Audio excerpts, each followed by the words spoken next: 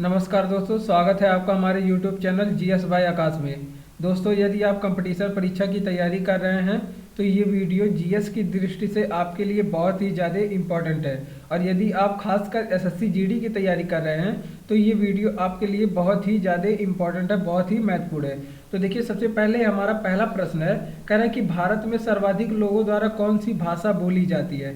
तो जिसका जवाब आप लोग कमेंट बॉक्स में यहाँ पे हमको बताएंगे। और इससे संबंधित यहाँ पे हिंदी के ही प्रश्न लिए गए हैं जो एग्जाम में पूछे जाते हैं बार बार। तो देखिए, पूछ रहा है, पहला प्रश्न है कि भारत की राजभाषा क्या है। तो देखिए, भारत की जो राजभाषा है हिंदी है। और यहाँ पे देखिए, भारत की राजभाषा हिंदी है। और आपसे पूछे कि ये अनुच्छेद कितने में है, तो आप लोग बताएंगे कि 343 के ए में है। ये अनुच्छेद 343 के ए में। और इसे संविधान द्वारा कब स्वीकार किया गया था? इसे संविधान द्वारा कब स्वीकार किया गया था? तो इसे 14 सितंबर 1949 को इसे संविधान द्वारा स्वीकार किया गया था। ठीक। और राष्ट्रीय हिंदी दिवस कब मनाते हैं? लेकिन आपसे पूछे कि राष्ट्रीय हिंदी दिवस कब मनाते हैं, तो आप लोग बताएंगे इसी दिन मनाते हैं, 14 सितंबर को मनाते हैं। और लेकिन आपसे पूछे कि विश्व हिंदी दिवस कब मनाते हैं, विश्व हिंदी दिवस कब मनाते हैं, तो आप लोग बताएंगे कि 10 जनवरी को विश्व हिंदी दिवस मनाया जाता है। देखिए, अगेय जी का पूरा नाम क्या है? तो आप लोग जानते हैं कि अगेय जी का पूरा नाम क्या है? सच्चिदानंद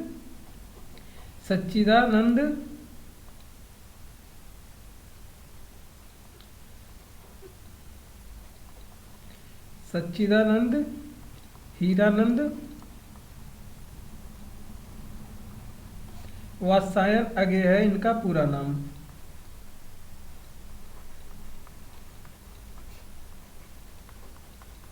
इनका ये पूरा नाम है। ठीक, ये आप लोग ध्यान रखेंगे। आगे बात करते हैं, हिंदी की प्रथम पत्रिका क्या थी? तो हिंदी की प्रथम जो पत्रिका थी उद्दंत मार्तंड थी।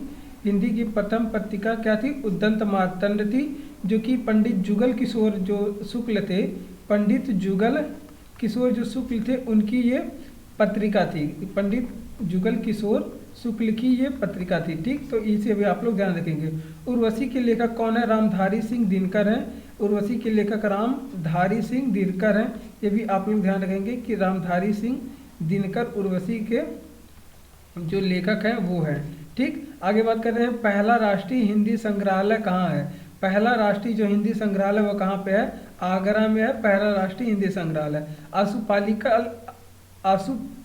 आशु लिपि के जन्मदाता कौन है? तो देखिए, आशु लिपि के जो जन्मदाता हैं वो राधे लाल द्विवेदी हैं। आशु लिपि जो जन्मदाता हैं वो राधे लाल द्विवेदी हैं जी हैं। ठीक, तो इसे भी आप लोग ध्यान रखेंगे। आगे, महादेवी वर्मा को ज्ञानपीठ पुरस्कार मिला, किसके लिए मिला था? तो महादेवी वर्मा की एक रचना है यामा, इसके लिए इन्हें ज्ञानपीठ पुरस्कार मिला था। और महादेवी वर्मा को क्या कहते हैं? आधुनिक युग की मीरा कहते हैं। इन्हें क्या कहते हैं? आधुनिक युग की मीरा कहते हैं। महादेवी वर्मा को आधुनिक युग की क्या कहते हैं? मीरा कहते हैं। ये भी आप लोग ध्यान रखेंगे। ठीक, आगे बात करते हैं, भारत के राष्ट्रकवि कौन है? तो मैथिली शरण गुप्त हैं भारत के राष्ट्रकवि। मैथिली, इस सभी प्रश्न को आप लोग अपने कॉपी में नोट कर लीजिए। मैथिली शरण जो गुप्त हैं भारत के पहले राष्ट्रकवि हैं। लेकिन आपसे पूछे कि कलम का सिपाही, तो कलम का सिपाही आप बताएंगे कि मुंशी प्रेमचंद को कहते हैं। कलम का सिपाही किसे कहते हैं? मुंशी प्रेमचंद को सॉरी कहा जाता है। आगे, भारत का शेक्सपियर किसे कहा जाता है? कालिदास को भारत का शेक्सपियर कहा जाता है। बढ़ते हैं अगले प्रश्न की ओर। तो अगला प्रश्न है जो कि इतिहास से संबंधित है। देखिए, कह रहा है कि भारत में, और इस प्रश्न का जवाब क्या हो जाएगा? इस प्रश्न का जवाब हो जाएगा सर्वाधिक कौन सी भाषा बोली जाती है भारत में? तो सर्वाधिक हिंदी बोली जाती है। ठीक, और हिंदी के बारे में हमने बहुत ही गहन अध्ययन किया है। और इसकी लिपि कौन सी होती है? देवनागरी होती है। हिंदी की लिपि क्या होती है? देवनागरी होती है। ये भी आप लोग ध्यान रखेंगे। आगे हमारा प्रश्न कह रहा है कि भारत में रेलवे लाइन बिछाने का श्रेय किसे प्राप्त है? तो इसका जवाब आप लोग कमेंट बॉक्स में देंगे। तब तक हम लोग यहाँ पे संबंधित प्रश्नों के जो है अध्ययन कर लेते हैं। तो देखिए, कह रहा है कि भारत में पहली ट्रेन कब और कहाँ चली? तो भारत की जो पहली ट्रेन है वो कब चली थी? 16 अप्रैल। ये कब चली थी? ये 16 अप्रैल 1953 को चली थी। और कहाँ से कहाँ तक के बीच में? ये मुंबई से ठाणे के बीच में चली थी। मुंबई से ठाणे के बीच में चली थी भारत की जो प्रथम ट्रेन है। ठीक, और आगे कह रहा है कि और इसका शुभंकर क्या था, इसका शुभंकर आप लोग बताएंगे, इसका शुभंकर क्या था। तो एक भोलू नामक जो हाथी था, भोलू नामक हाथी इसका शुभंकर था। भारत में कितने रेलवे जोन है? 18 रेलवे जोन है। और सबसे नवीनतम कौन सा है? सबसे नवीनतम कौन सा रेलवे जोन है? तो आप लोग बताएंगे कि सबसे नवीनतम जो रेलवे है जोन है वो दक्षिण तटीय रेलवे जोन है। ठीक, ये पूछा जाएगा आपसे, दक्षिण तटीय रेलवे जोन है और इसका हेडक्वार्टर कहाँ पे है? इसका हेडक्वार्टर विशाखापत्तनम में है। ये भी आप लोग ध्यान रखेंगे, इसका हेडक्वार्टर कहाँ पे है? विशाखापत्तनम में है। ठीक, आगे बात करते हैं रेलवे का प्रशासन व संचालन कौन करता है? तो रेलवे प्रशासन और संचालन किसके नियंत्रण में होता है? वो रेलवे बोर्ड द्वारा देखा जाता है, रेलवे बोर्ड द्वारा देखा जाता है। ठीक, आगे बात करते हैं भारतीय रेल का राष्ट्रीयकरण कब हुआ था? तो भारतीय रेल का राष्ट्रीयकरण 1950 में हुआ था। और रेलवे बोर्ड की स्थापना कब हुई थी? वो 1905 में हुई थी। और पहली भूमिगत रेलवे कहाँ चलाई गई थी? तो ये कोलकाता में पहली भूमिगत रेल चलाई गई थी। ठीक, और भारत और पाकिस्तान के बीच में कौन सी ट्रेन चलती है? तो भारत और पाकिस्तान के बीच में कौन सी रेल चलती है? समझौता एक्सप्रेस चलती है। तो भारत और पाकिस्तान के बीच में क्या होता है? समझौता होता है। और थार एक्सप्रेस चलती है, थार एक्सप्रेस चलती है भारत और पाकिस्तान के बीच में। ये लेकिन यहीं पे भारत और बांग्लादेश के बीच में आपसे पूछे कौन कौन सी, तो भारत और बांग्लादेश की कौन सी एक्सप्रेस चलती है? मैत्री एक्सप्रेस चलती है, मिताली एक्सप्रेस चलती है। ये भारत और बांग्लादेश के बीच में चलती है। विश्व का सबसे लंबा प्लेटफॉर्म कौन सा है? तो आप सभी जानते हैं गोरखपुर का प्लेटफॉर्म है विश्व का सबसे लंबा प्लेटफॉर्म, और ये यूपी में है। ठीक, आगे बात करते हैं, यदि आपसे पूछे सबसे बड़ा डाकयार्ड कौन सा है? विश्व का सबसे बड़ा रेलवे डाक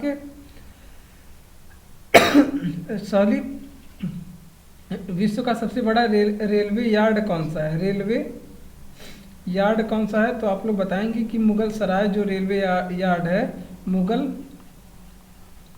ये सबसे बड़ा है। और मुगल सराय रेलवे यार्ड कहाँ पे है? यूपी में। भारत की सबसे लंबा रेल मार्ग कहाँ से है? तो डिब्रूगढ़ से जो कन्याकुमारी तक है वो सबसे लंबा रेल मार्ग है भारत का, डिब्रूगढ़ से कहाँ तक? कन्याकुमारी तक। ठीक, ये आप लोग ध्यान रखेंगे। और यहाँ पे इस पे कौन सा एक्सप्रेस चलता है? तो इस पे विवेक एक्सप्रेस चलता है। विवेक एक्सप्रेस जो आपकी रेलगाड़ी है वो इस पे चलता है। और ये टोटल लंबाई कितना है? तो टोटल लंबाई 4000 किलोमीटर है। ये भी आप लोग ध्यान रखेंगे। भारत में मेट्रो मैन किसे कहा जाता है? तो भारत में जो मेट्रो मैन किसे कहा जाता है? श्रीधरन को कहा जाता है। भारत में मेट्रो मैन किसे कहा जाता है? श्रीधरन को कहा जाता है। भारत की पहली सबसे लंबी रेलगाड़ी कौन सी है? सुपर वासुकी है। सबसे लंबी रेलगाड़ी कौन सी भारत की? सुपर वासुकी है। ठीक, तो ये भी आप लोग ध्यान रखेंगे। और इस क्वेश्चन का जवाब जो हो जाएगा भारत में रेलवे, लॉर्ड डलहौजी को इसका श्रेय जाता है, लॉर्ड डलहौजी को। ठीक, ये आप लोग ध्यान रखेंगे। ठीक, और बढ़ते हैं हम लोग अपने प्रश्न की ओर, अगले प्रश्न की ओर। कंप्यूटर का हिंदी में नाम क्या है? आप लोग इसको बताएंगे। और कंप्यूटर के पिता कौन है? तो कंप्यूटर के पिता कौन कहे जाते हैं? चार्ल्स बेबेज कहे जाते हैं। चार्ल्स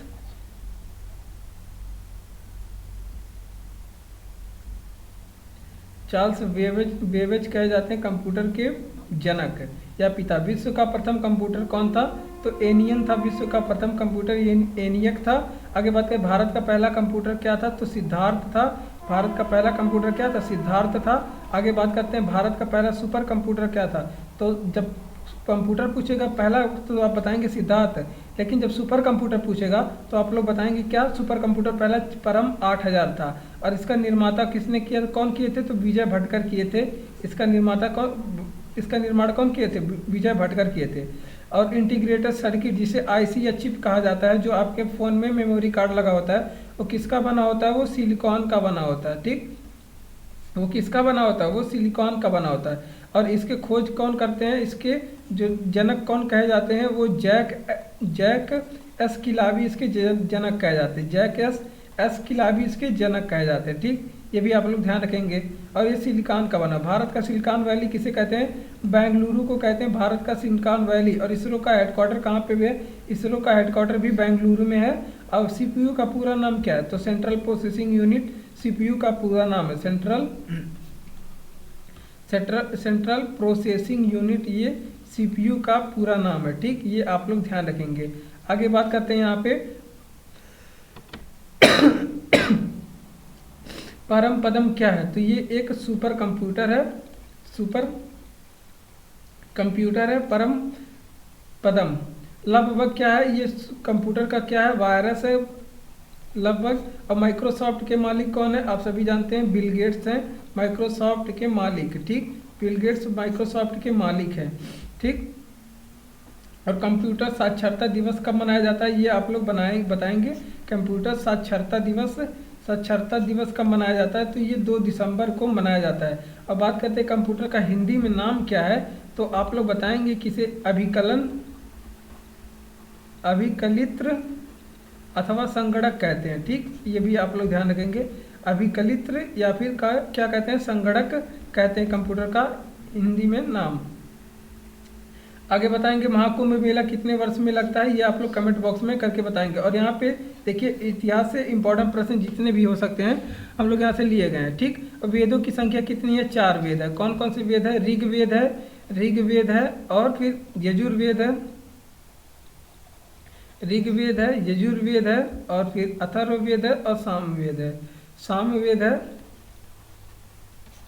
और कौन सा वेद है, अथर्ववेद है। तो इस तरह से वेदों की संख्या कितनी है, 4। सबसे पुराना वेद कौन सा है, ऋग्वेद है सबसे पुराना। सबसे नवीनतम कौन सा है, सबसे नवीन जो वेद है, जो सबसे नवीन वेद है वो अथर्ववेद है, ये आप लोग ध्यान रखेंगे।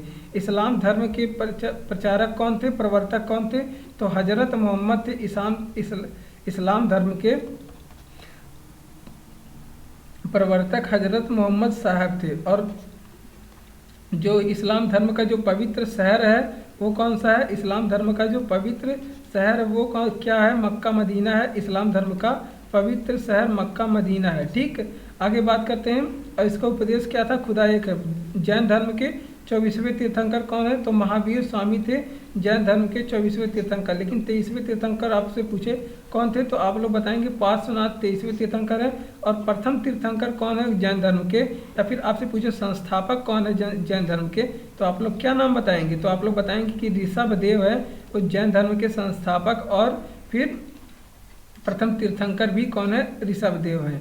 ठीक, गुरु गोविंद सिंह का जन्म कहाँ पे हुआ था, तो पटना में हुआ था। और गुरु गोविंद सिंह सिखों के कौन से गुरु थे, ये 10वें नंबर के गुरु थे गुरु गोविंद सिंह। लेकिन सिख धर्म का आपसे पूछो संस्थापक कौन है, सिख धर्म का संस्थापक, तो आप लोग बताएंगे कि गुरु नानक सिख धर्म के संस्थापक हैं। ठीक, आगे बात करते हैं आदि ग्रंथ का संकलन, तो किसने किया था, आदि ग्रंथ का संकलन अर्जुन देव ने किया था। आदि ग्रंथ का संकलन अर्जुन देव ने किया था। इनकी हत्या आगे चल के कौन करवा देता है, इनकी हत्या आगे चल के जहांगीर करवा देता है। ठीक, आप लोग इसे ध्यान रखेंगे। ठीक, और स्वर्ण मंदिर कहाँ पे है, आपसे पूछे स्वर्ण मंदिर कहाँ पे है, तो आप लोग बताएंगे कि अमृतसर पंजाब में है। अमृतसर पंजाब में स्वर्ण मंदिर है। बहुजन हिताय बहुजन सुखाय, ये महात्मा गांधी का जो विचार है ये है। ठीक, पुराणों की संख्या कितनी है, पुराणों की संख्या 18 है। लेकिन आपसे पूछे कि उपनिषदों की संख्या कितनी है, तो आप लोग बताएंगे उपनिषदों की संख्या 108 है। राम का जन्म किस युग में हुआ था, आप लोग बताएंगे त्रेता युग में। राम का जन्म किस युग में हुआ था, त्रेता युग में हुआ था। लेकिन आपसे पूछे कृष्ण का जन्म किस युग में हुआ था, तो आप लोग बताएंगे कृष्ण का जन्म द्वापर युग में हुआ था। ठीक, द्वापर युग में कृष्ण का जन्म हुआ था। और देवताओं का गुरु किसे कहा जाता है, देवताओं का गुरु किसे कहा जाता है, देवताओं का गुरु किसे कहा जाता है, तो बृहस्पति को कहा जाता है। बृहस्पति को कहा जाता है देवताओं को के गुरु। ठीक, महाभारत की लड़ाई, तो ये महाभारत की लड़ाई कितने दिन तक चली थी, 18 दिन तक महाभारत की लड़ाई चली थी। यहाँ पे अर्जुन के आप लोग बताएंगे कि अर्जुन का जो धनुष था उसका नाम क्या था, अर्जुन के धनुष का नाम क्या था, तो अर्जुन के धनुष का नाम क्या था, गांडीव था अर्जुन के धनुष का नाम महाभारत में। और कृष्ण का जो अर्थ महाअस्त्र था कृष्ण का, वो क्या था, सुदर्शन चक्र था। कृष्ण भगवान क्या चलाते थे, सुदर्शन चक्र धारण करते हैं। ठीक, गीता का महत्वपूर्ण उपदेश क्या है, कि बिना फल की चिंता किए हुए आप परिश्रम करें। ठीक, आप लोग को भी यही करना चाहिए। तो महाकुंभ कितने वर्ष बाद लगता है, तो इसका जवाब हो जाएगा 12 वर्ष बाद लगता है। ठीक, बढ़ते हैं अपने अगले प्रश्न की ओर। तो हमारा अगला प्रश्न है कि राष्ट्रीय ध्वज की लंबाई चौड़ाई का अनुपात कितना होता है, आप लोग कमेंट बॉक्स में हमें बताएंगे। ठीक, और अगला प्रश्न है हमारा, तो आप लोग बताएंगे कि इसका जो रेशियो होता है 3:2 होता है, और इसमें तीलियां कितनी होती है, राष्ट्रीय ध्वज में 24 तीलियां होती है। और ये तीलियां किस चीज़ की प्रतीक होती है, ये उन्नति की प्रतीक होती है। तीलियां उन्नति की प्रतीक होती हैं। और रंग कितने होते हैं, इसमें रंग 3 होते हैं। कौन कौन से रंग होते हैं, केसरिया होता है सबसे ऊपर, केसरिया केसरिया होता है, फिर केसरिया होता है, फिर सफ़ेद होता है, फिर हरा होता है। इस तरह से 3 रंग होते हैं तिरंगे में, इस तरह से 3 रंग होते हैं। ठीक, और इसको कब अपनाया गया था तिरंगे को, तो 22 जुलाई सन 1947 को अपनाया गया था। 22 जुलाई 1947 को अपनाया गया था। ठीक, भारत का राज्य चिन्ह क्या है, तो अशोक स्तंभ है। भारत का राज्य चिन्ह अशोक स्तंभ है। ठीक, आगे बात करते हैं अशोक स्तंभ के बारे में। तो इसे कब अपनाया गया था, इसे 26 जनवरी सन 1950 को अपनाया गया था। ठीक, और ये कहाँ से लिया गया था, तो ये सारनाथ के अशोक स्तंभ से लिया गया था। सारनाथ के जो अशोक स्तंभ है उसमें लिया गया था। इसमें शेरों की संख्या कितनी है, अशोक स्तंभ में 4 शेर हैं। उसके नीचे साइड में दाएं साइड में एक बैल का चिन्ह बना हुआ है, बैल का। और बाएं साइड में जो है वो एक घोड़े का चिन्ह बना हुआ है, तो घोड़े का सिंबल बना हुआ है। ठीक, तो इसे भी आप लोग ध्यान रखेंगे। आगे बात करते हैं सत्यमेव जयते। तो सत्यमेव जयते ये किस, अब जो कहाँ से लिया गया है, ये मुंडक उपनिषद से लिया गया है। ठीक, आप लोग इसे ध्यान रखेंगे कि ये मुंडकोपनिषद से लिया गया था। सत्यमेव जयते मुंडकोपनिषद से लिया गया है। इसके अर्थ क्या होता है, सत्य की ही जीत होती है। ठीक, और राष्ट्रीय गान अपना क्या है, जनगण मन है। जनगण मन ये अपना राष्ट्रीय गान है। इसे कब अपनाया गया था, संविधान में जनगण मन को कब अपनाया गया था, ये आप लोग बताएंगे। इसकी रचना कौन किए थे, रविंद्रनाथ टैगोर इसकी रचना किए थे। रविंद्रनाथ टैगोर इसकी रचना किए थे। और पहली बार कब गाया गया था, तो 1911 के जो कलकत्ता अधिवेशन था, कलकत्ता अधिवेशन, उसमें इसे गाया गया था। राष्ट्रगान का प्रथम प्रकाशन कब हुआ था, तो राष्ट्रगान का प्रथम प्रकाशन 1912 में हुआ था। और ये किस पत्रिका में, जिस पत्रिका में इसका संपादन हुआ था उसका क्या नाम था, भारत विधाता नाम था। उस पत्रिका का क्या नाम था, भारत विधाता नाम था। और किस शीर्षक से प्रकाशित हुआ था, ये भी आप लोग बताएंगे। तो तत्वबोधनी शीर्षक से इसे प्रकाशित किया गया था। तत्वबोधनी शीर्षक से इसे प्रकाशित किया गया था।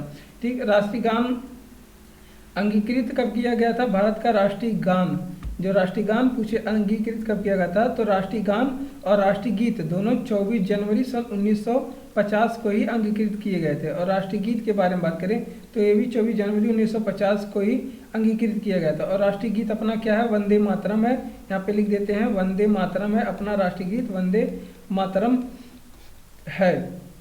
ठीक, और इसके बाद इसके लेखक कौन है, वंदे मातरम के बंकिम चंद्र चटर्जी हैं इसके लेखक। बंकिम चंद्र चटर्जी इसके लेखक हैं, ये भी ध्यान रखेंगे।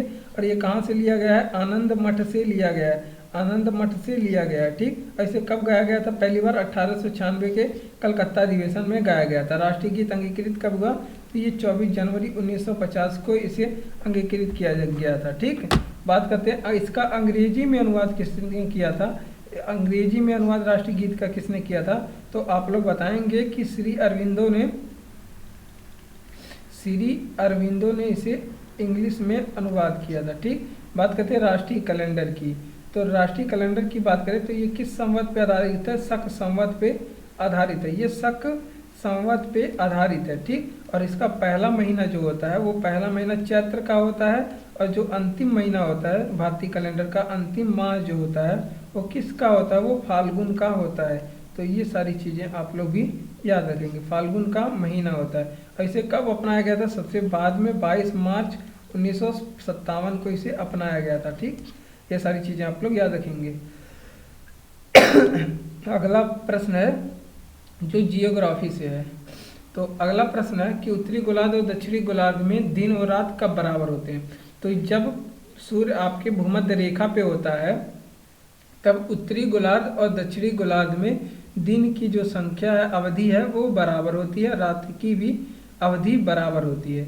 तो आप लोग बताएंगे तो ये कब जाता है, उत्तरी गोलार्ध में सबसे बड़ा दिन कब होता है? तो उत्तरी गोलार्ध में जो है सबसे बड़ा दिन होता है 21 जून को होता है। और 21 जून के दिन हम लोग कौन सा दिन मनाते हैं? योग दिवस मनाते हैं। योग दिवस मनाते हैं 21 जून को। और आप लोग बताइएगा कि दक्षिणी गोलार्ध में सबसे बड़ा दिन कब होता है? तो 21 जून उत्तरी गोलार्ध में सबसे बड़ा दिन, और 22 दिसंबर को दक्षिणी गोलार्ध में सबसे बड़ा दिन। ध्रुवों पे दिन और रात की अवधि कितनी होती है? तो ध्रुवों पे 6 माह का दिन होता है और 6 माह की क्या होती है? रात होती है। ठीक, तो ये भी आप लोग ध्यान रखेंगे।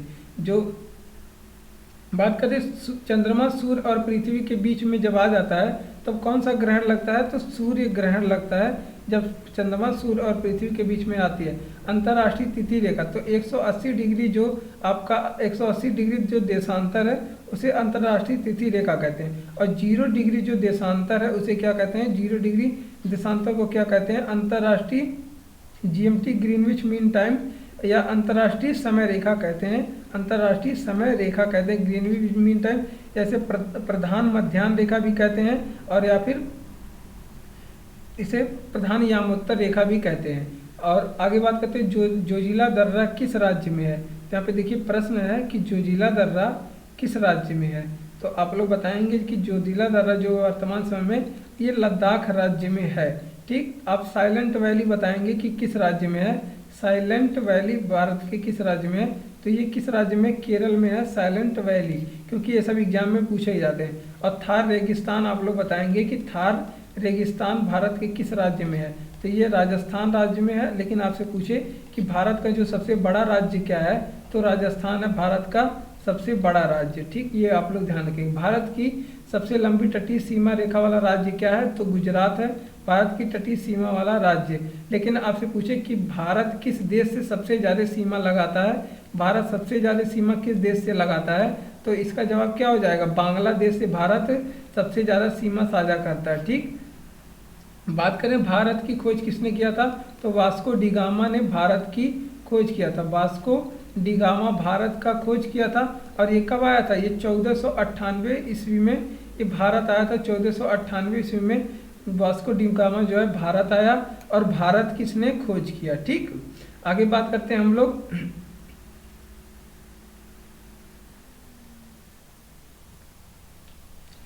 आगे बात करते हैं कर्क रेखा कितने राज्यों से होकर गुजरती है? तो भारत में कर्क रेखा जो है 8 राज्यों से होकर गुजरती है। ठीक, और जो भारत का जो मानक समय रेखा है, भारत का जो मानक समय रेखा है, आप लोग बताएंगे भारत का जो मानक समय रेखा है वो कितने राज्यों से होकर गुजरता है? तो वो टोटल 5 राज्यों से होकर गुजरता है। और जो कि प्रयागराज के कहाँ से जाता है? प्रयागराज के कहाँ से जाता है? नैनी से होकर गुजरता है। ये सभी अच्छी चीज़ आप लोग ध्यान रखेंगे। आगे बात करें विश्व का सबसे विशाल मरुस्थल क्या है? तो विश्व का जो सबसे विशाल मरुस्थल है वो सहारा मरुस्थल है। और कहाँ पे है? अफ्रीका महाद्वीप में। अफ्रीका महाद्वीप में है। भारत के दक्षिणी छोर का नाम क्या है? तो देखिए भारत की जो दक्षिणी छोर है, सबसे दक्षिणी छोर पूछे इंदिरा पॉइंट है। भारत का सबसे दक्षिणी छोर जो है इंदिरा पॉइंट है। लेकिन आपसे पूछे मुख्य भूमि पे जो है, जो मुख्य भूमि पे सबसे दक्षिणी बिंदु क्या है भारत की मुख्य भूमि पे? तो उसका जवाब आप लोग बताएंगे क्या? कन्याकुमारी जो सबसे दक्षिणी बिंदु है भारत की मुख्य भूमि पे। सबसे उत्तरी बिंदु पूछे तो आप लोग क्या बताएंगे? इंदिरा कॉल बताएंगे। भारत का जो सबसे उत्तरी बिंदु पे है इंदिरा कॉल है। ठीक, ये आपको किस राज्य में है? लद्दाख राज्य में है। बढ़ते हैं अगले प्रश्न की ओर। और इस प्रश्न का जो जवाब हो जाएगा कि जब सूर्य कर्क रेखा पे होता, जब सूर्य भूमध्य रेखा पे होता है तो सबसे बड़ा दिन और सबसे बड़ा दिन और रात की अवधि बराबर होती है। तो किस दिन ये सूर्य आपके भूमध्य रेखा पे होता है? तो 2 दिन होता है, 2 बार होता है। एक 21 मार्च को होता है और एक 23 सितंबर को होता है। तो ये दोनों डेट आप लोग याद रखेंगे। लेकिन आपसे पूछे उत्तरी गोलार्ध में सबसे बड़ा दिन कब होता है? तो 21 जून बताएंगे। दक्षिणी गोलार्ध में सबसे बड़ा दिन 22 दिसंबर, क्योंकि 21 जून को सूर्य किस रेखा पे होता है? कर्क रेखा पे होता है। और 22 दिसंबर को सूर्य किस रेखा पे होता है? मकर रेखा पे। इस दिन मकर संक्रांति होती है। और लेकिन जब आपसे पूछे भूमध्य रेखा पे या विषुवत रेखा पे या 0 डिग्री अक्षांश पे किस दिन होता है? तो आप लोग बताएंगे विषुवत रेखा पे 21 मार्च और 23 सितंबर के दिन पे होता है। ठीक, इन सारी चीज़ों को आप लोग ध्यान रखेंगे। अगला प्रश्न है हमारा जो कि साइंस से है, कह रहा है कि लाफिंग गैस का रासायनिक नाम क्या है। तो आप लोग इसका जवाब जरूर बता सकते हैं। इसका जवाब आप लोग बताएंगे। गोताखोर के सिलेंडर में कौन सी गैस, दो गैस होती है, कौन सी, एक तो ऑक्सीजन तो रहेगा ही, ऑक्सीजन गैस रहेगा और साथ में हीलियम गैस भी गोताखोर के सिलेंडर में रहता है। ठीक, साथ में कौन सा गैस रहता है, हीलियम गैस भी गोताखोर के सिलेंडर में रहता है। ठीक, बात करते हैं भोपाल गैस त्रासदी में कौन सी गैस थी, तो मिथाइल आइसोसाइनाइड थी, मिथाइल आइसोसाइनाइड थी। ठीक, आइसोसाइनाइड थी। ठीक, हीलियम गैस को ही क्या कहा जाता है, इसे नोबल गैस भी कहा जाता है, ये भी आप लोग ध्यान रखेंगे। हीलियम गैस को कौन सा गैस कहा जाता है, नोबल गैस कहा जाता है। और भोपाल जो गैस त्रासदी थी वो कब हुआ था, तो 1874 में हुआ था। ये 1984 में हुआ था भोपाल गैस त्रासदी। कब हुआ था, 1984 में हुआ था भोपाल गैस त्रासदी। तो इसे आप लोग ध्यान रखेंगे, 1984 में हुआ था। ठीक, बात करते हैं आगे, जो जीवाश्मों की आयु निर्धारण करने के लिए ये कौन सी विधि, कार्बन डेटिंग विधि की यूज की जाती है, कार्बन डेटिंग विधि की यूज की जाती है जीवाश्मों की आयु निर्धारित करने के लिए। लेकिन आपसे पूछे कि चट्टानों की आयु जब ज्ञात करना हो, चट्टानों की आयु ज्ञात करने के लिए कौन सी विधि अपनाते हैं, तो यूरियम 238 का उपयोग करते हैं चट्टानों की आयु ज्ञात करने के लिए। तेल की बत्ती में तेल ऊपर चढ़ने को क्यों चढ़ता है, तो किस गुण के कारण जो तेल की बत्ती होती है उसमें तेल ऊपर की तरफ चलता है और आपका दिया वगैरह क्या है, जलता है। तो एक गुण पाया जाता है केशिकत्व, केशिकत्व गुण के कारण ही ये तेल ऊपर चढ़ता है। और मिट्टी में भी केशिकत्व के गुण पाए जाते हैं, इस वजह से पानी सोख के मिट्टी नीचे ले जाती है। ठीक, बरगद के पेड़ से लटकने वाले जो जड़ होते हैं उन्हें क्या कहते हैं। ठीक, जो वर्षा की बूंद होती है, आप लोग क्वेश्चन बताइए कि जो वर्षा की बूंद होती है वो गोल क्यों होती है वर्षा की बूंद, तो इसका कारण क्या होता है, पृष्ठ तनाव होता है, पृष्ठ तनाव होता है इसका कारण। ठीक, सरफेस टेंशन। तो बरगद के पेड़ से जो लटकने वाले होते हैं उसे क्या कहते हैं, स्तंभ मूल कहते हैं, स्तंभ मूल कहते हैं। ठीक, आप लोग बताएंगे कि प्राथमिक रंग कौन कौन से होते हैं। प्राथमिक रंग एग्जाम में पूछा जाता है, तो आपके लाल होता है प्राथमिक रंग, हरा होता है, लाल, हरा और नीला, ये सारे प्राथमिक रंग हैं। ठीक, बात करें बायोडीजल बनाने के लिए प्रयुक्त जो वनस्पति है वो कौन सी है, रतन जोत। आप लोग ध्यान रखेंगे, जो रतन जोत है इसका उपयोग करते हैं, जिसे क्या कहते हैं, जेटरोफा भी कहते हैं, जेटरोफा भी कहते हैं। बात करें बर्ड फ्लू और स्वाइन फ्लू के विषाणु का क्या नाम है, तो बर्ड फ्लू के जब विषाणु का नाम पूछेगा तो आप लोग बताएंगे कि H5N1। बर्ड फ्लू के विटामिन का नाम, विषाणु का नाम क्या है बर्ड फ्लू का, तो H5N1 है इसके विषाणु का नाम, H5, इसे आप लोग याद रखेंगे। और स्वाइन फ्लू के जब विषाणु का नाम पूछे, स्वाइन फ्लू के जो विषाणु का नाम है वो क्या है, H1N1 है, H1N1 है। ठीक,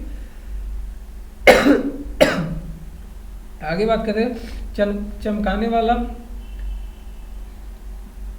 चमकने वाला और माचिस में प्रयुक्त पदार्थ क्या है, फास्फोरस है, फास्फोरस है, ये माचिस में प्रयुक्त होता है और चमकता है। सबसे समझदार जीव क्या है, तो डॉल्फिन है, डॉल्फिन है सबसे समझदार जीव। भारत का जलीय जीव क्या है, गंगा की डॉल्फिन, ये भारत का क्या है, जलीय जीव भी है, भारत की जलीय जीव भी गंगा की डॉल्फिन है। ठीक, फलों को पकाने वाला जो गैस होता है उसे क्या कहते हैं, तो एसिटिलीन होता है जो फलों को पकाता है, एसिटिलीन होता है जो फलों को पकाने का काम करता है। ठीक, और गलगंट रोग किसकी कमी से होता है, आप लोग बताएंगे कि जो गलगंट रोग होता है वो किसकी कमी से होता है, गलगंट रोग, तो जिसे घेघा रोग भी कहते हैं। गलगंट रोग को क्या कहते हैं, इसे घेघा भी कहते हैं। तो इस किस चीज़ की कमी से होता है, आयोडीन की कमी से होता है घेघा रोग। ठीक, बढ़ते हैं अपने अगले प्रश्न पे। तो अगला प्रश्न हमारा 8 नंबर कह रहा, महात्मा गांधी का पूरा नाम क्या था, तो इसका जवाब आप लोग लिख लीजिए इस प्रश्न का जवाब। तो लाफिंग गैस को क्या कहते हैं, नाइट्रस ऑक्साइड कहते हैं, नाइट्रस ऑक्साइड कहते हैं, लाफिंग गैस को नाइट्रस ऑक्साइड कहते हैं। ठीक, बात करते हैं आगे कि महात्मा गांधी का पूरा नाम क्या है, इसे आप लोग कमेंट बॉक्स में बताएंगे। अगला प्रश्न है, महात्मा गांधी का जन्म कब हुआ था? 2 अक्टूबर को महात्मा गांधी का जन्म होता है, ठीक। और 2 अक्टूबर कब? 1960 और 1869 को महात्मा गांधी का जन्म हुआ था। और इससे महात्मा गांधी को महात्मा की उपाधि किसने की दिया, आप लोग बताएंगे। महात्मा गांधी को जो महात्मा की उपाधि है वो कौन दिए थे? रविंद्रनाथ टैगोर दिए थे। रविंद्रनाथ टैगोर ने इन्हें महात्मा की उपाधि दी। साबरमती की आश्रम की स्थापना कब करते हैं? तो आप लोग इसे जानने दें, साबरमती आश्रम की स्थापना वो महात्मा गांधी जी ने ही किया था। साबरमती आश्रम की स्थापना और कब किए थे? 1917 के, जो 1917 में ये किए थे। और कहाँ पे किए थे ये भी आप लोग ध्यान रखेंगे, अहमदाबाद में किए थे, ठीक। भारत के राजनीतिक गुरु कौन थे? तो गोपाल कृष्ण गोखले थे भारत के राजनीतिक महात्मा गांधी के राजनीतिक गुरु गोपाल कृष्ण गोखले थे। इन्हें क्या कहा जाता है? इन्हें महाराष्ट्र का सुकरात भी कहा जाता है, महाराष्ट्र का सुकरात कहा जाता है।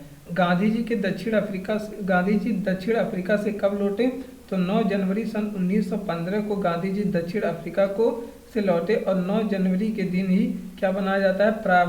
प्रवासी भारतीय दिवस मनाया जाता है। प्रवासी भारतीय दिवस मनाया जाता है। और इसी क्यों मनाया जाता है? क्योंकि गांधी जी दक्षिण अफ्रीका से वापस लौटे थे 9 जनवरी सन 1915 को। भारत में सर्वप्रथम सत्याग्रह गांधी जी कहाँ किए थे? तो 1917 में सर्वप्रथम सत्याग्रह किए थे। कहाँ पे?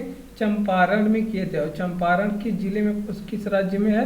ये बिहार में है। यहाँ पे गांधी जी नील की खेती के विरोध में सबसे पहले चंपारण सत्याग्रह, भारत का ये सत्याग्रह है। लेकिन आपसे पूछे कि गांधी जी सत्याग्रह कब किए थे? तो आप लोग बताएंगे 1906 में। और कहाँ पे किए थे? साउथ अफ्रीका में ये सब सत्याग्रह किए थे। बात करते हैं असहयोग आंदोलन। तो असहयोग आंदोलन 1920 में शुरू हुआ था।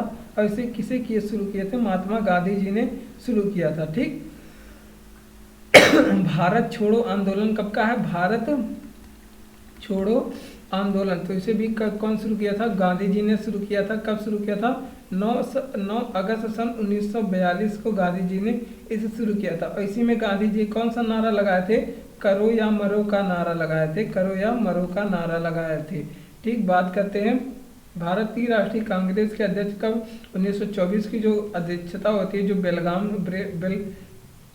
बेलगांव में हुई थी, उसकी अध्यक्षता एकमात्र बार अध्यक्षता कौन किए थे? भारत। डांडी मार्च की बात करें तो ये 12 मार्च से, डांडी मार्च 12 मार्च से लेके 6 अप्रैल, देखिए यहाँ पे भी मार्च है, यहाँ पे भी मार्च है, तो इस वजह से डांडी मार्च 12 मार्च से 6 अप्रैल तक, 6 अप्रैल 1930 तक ये चला था, ठीक। और ये कहाँ से कहाँ तक चला था ये भी आपसे पूछा जाता है। तो साबरमती आश्रम से, जो कि गुजरात में था, साबरमती आश्रम से दांडी तक गए थे। और टोटल कितने मील की यात्रा थी? तो ये 241 मील की टोटल यात्रा थी।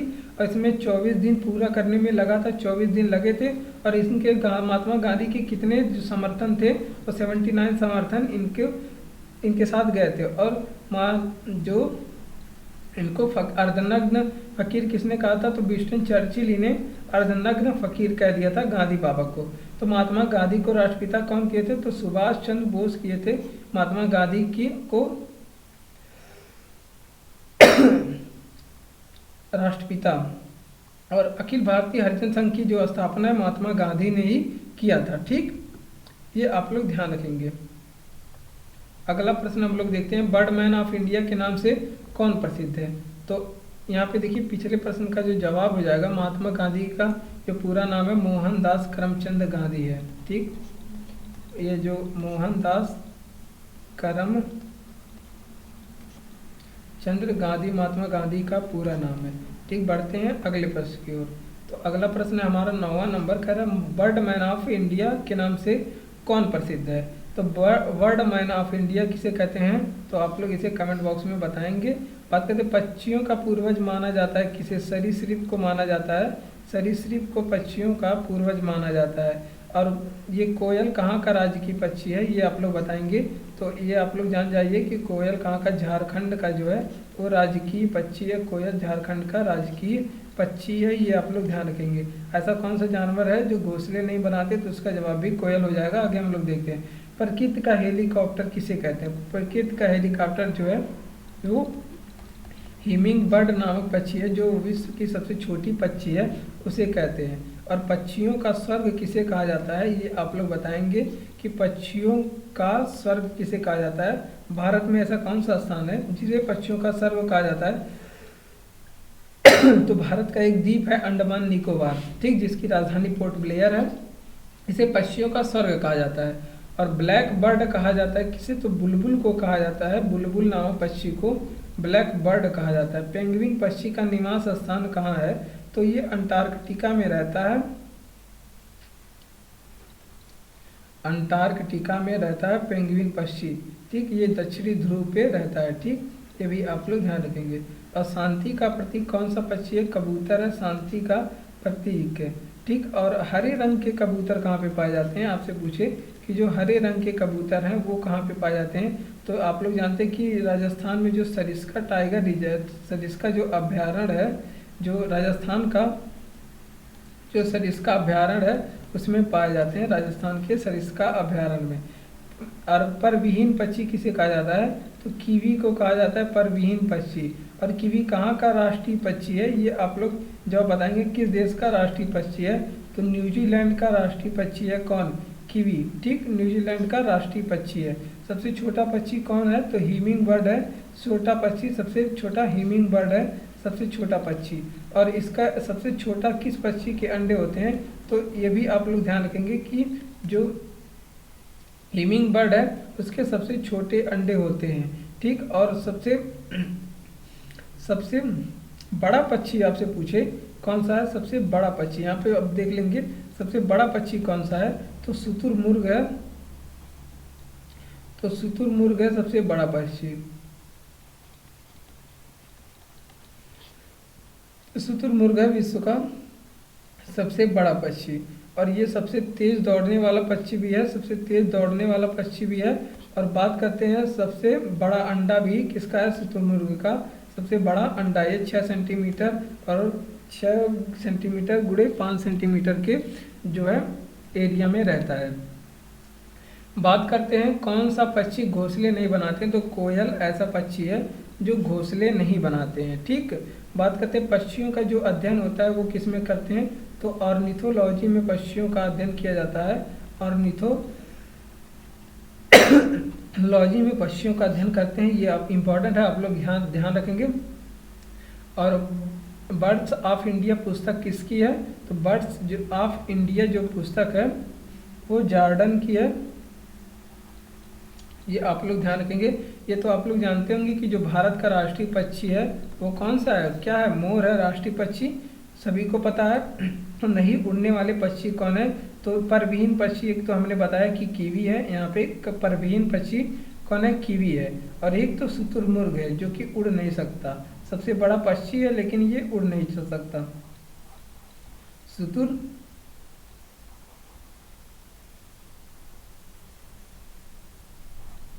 मुर्ग है। और एक ईमू भी आपके उड़ नहीं सकता, ठीक।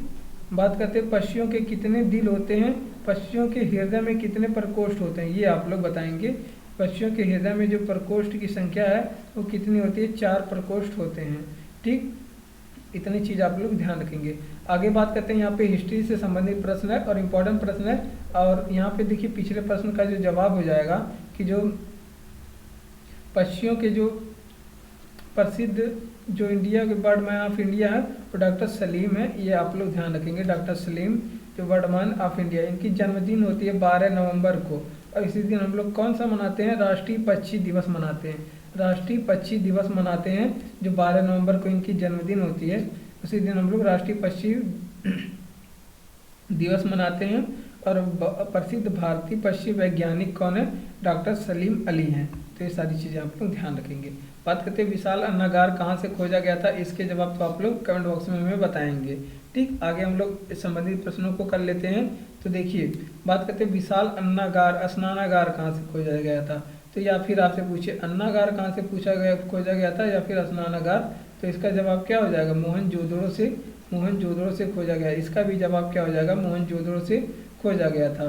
कहाँ से, मोहनजोदड़ो से खोजा गया था। और मोहनजोदड़ो की बात कर लें तो इसे किस नदी के किनारे खोजा गया था मोहनजोदड़ो को, तो इसे सिंधु नदी के किनारे खोजा गया था। कब खोजा गया था, 1922 में। किसने खोजा था, राखालदास बनर्जी ने। इसके खोजकर्ता कौन थे, राखालदास बनर्जी। इसका अर्थ क्या होता है, मोहनजोदड़ो का जो अर्थ है वो क्या होता है, मृतकों का टीला होता है। जो मोहनजोदड़ो का जो अर्थ होता है मृतकों का टीला होता है। नर्तकी की काश मूर्ति कहाँ से मिली थी, मोहनजोदड़ो, सर जॉन मार्शल, जो कि इनको सर जॉन मार्शल को मोहनजोदड़ो की खोज करने की जो है, और फिर हड़प्पा के जो खुदाई करने का, हड़प्पा के जो खुदाई करने का जो आपके प्रभारी कौन थे, वो डॉक्टर सर जॉन मार्शल थे। ठीक, बात करते हैं कि शव को जलाने का जो साक्ष्य है वो कहाँ से मिलता है, मोहनजोदड़ो। हड़प्पा कहाँ है, तो हड़प्पा आपके वर्तमान समय में कहाँ, किस देश में चला गया है, पाकिस्तान में चला गया। पाकिस्तान के कहाँ पे, साहिवाल में ये हड़प्पा वहाँ पे पड़ता है। ठीक, और घोड़े का साक्ष्य कहाँ से मिला, आप लोग बताएंगे कि जो घोड़े का साक्ष्य है ये कहाँ से मिला, सिंधु घाटी सभ्यता में। तो आप लोग जान जाइए, सुरकोटदा से मिला है घोड़े का साक्ष्य।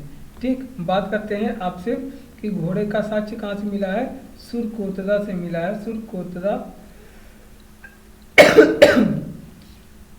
से मिला है घोड़े का साक्ष्य। चीन की प्राचीन सभ्यता, चीन की जो प्राचीन सभ्यता है ये किस नदी के किनारे विकसित थी, यही आप लोग बताएंगे। तो ये पीली नदी के किनारे विकसित है। पीली नदी के, इसे घाट की सभ्यता भी कहते हैं, ये आप लोग बताएंगे। और ये किस नदी के किनारे था, तो ये वांगो नदी के किनारे इसका विस्तार था, वांगो नदी के किनारे। ठीक, और चीन की दीवार का निर्माण किसके समय में हुआ था, तो जो आपके किसके शासन काल में हुआ था, चीन की जो महान दीवार है उसका निर्माण किसके समय में, तो सी आंग टी के समय में हुआ था। बात करते हैं प्राचीन ऋषियों की लोकप्रिय प्रथा कौन सी थी, सबसे प्राचीन चीनियों की, प्राचीन चीनियों की जो लोकप्रिय प्रथा वो पूर्वजों की पूजा करना थी। बहुत बढ़िया आदत है, ये लोग पूर्वजों की क्या करते थे, पूर्वजों की पूजा करते थे, पूर्वजों की क्या करते थे, पूजा करते थे। तो धन्यवाद, आज की वीडियो में बस इतना ही। अगर वीडियो आपको अच्छा लगा तो लाइक करिए और चैनल को सब्सक्राइब करिए और वीडियो को अपने दोस्तों तक शेयर करिए। धन्यवाद।